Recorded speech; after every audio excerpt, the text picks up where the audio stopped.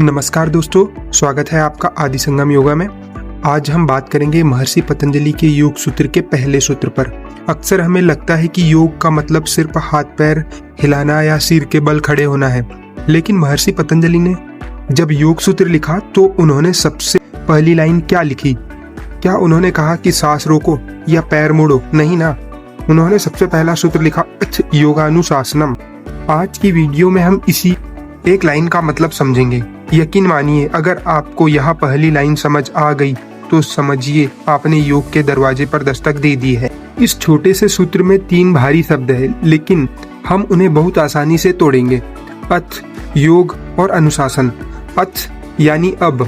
संस्कृत में अथ का मतलब होता है अब, लेकिन यहाँ वो साधारण अब नहीं है, इसका मतलब है शुभ, शुरुआत। महर्षि पतंजलि कह रहे हैं अब योग शुरू होता है। सवाल यह है कि अब ही क्यों, कल क्यों नहीं? दोस्तों, अच का मतलब तैयारी से है। जैसे आप खेत में बीज तभी डालते हो जब जमीन तैयार हो। अगर बंजर जमीन पर बीज फेंक देते हैं तो कुछ नहीं उगेगा। वैसे ही पतंजलि कह रहे हैं, अगर आप जीवन के बाकी भोग विलास, पैसा और भागदौड़ से थक चुके हैं और मन की शांति ढूंढ रहे हो तो अब आप योग के लिए तैयार हैं। हम दूसरे शब्द का अर्थ या मतलब समझेंगे। योग का मतलब है जुड़ना, अपने आप से जुड़ना, उस परम शक्ति से जुड़ना। अब हम तीसरे शब्द अनुशासन, यह सबसे महत्वपूर्ण शब्द है। उन्होंने शासन नहीं कहा, उन्होंने अनुशासन कहा। शासन का मतलब होता है ऑर्डर देना या राज करना, लेकिन अनुशासन का मतलब होता है उस ज्ञान का पालन करना जो पहले से चला आ रहा है।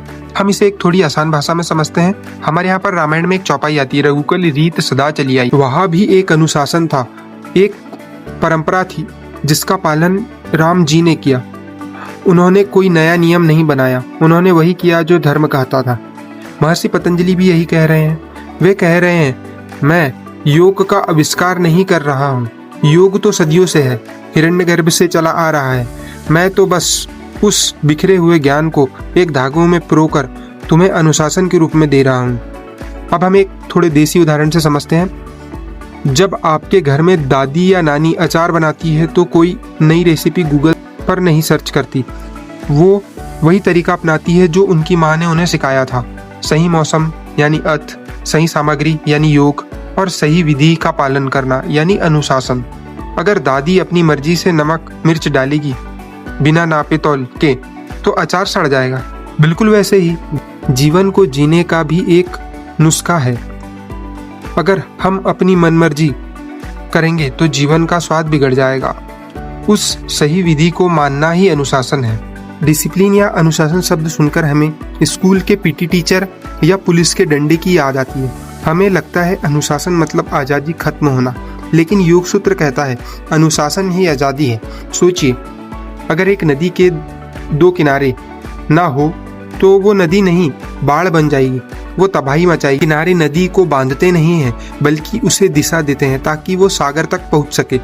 ठीक वैसे ही योगानुशासनम हमारे चंचल मन को बांधता है नहीं है, उसे एक दिशा देता है ताकि हम अपनी मंजिल तक पहुंच सके। तो दोस्तों, महर्षि पतंजलि के योग दर्शन के पहले सूत्र का यह सार आपको समझ में आया होगा। इसी के साथ यह वीडियो समाप्त होता है।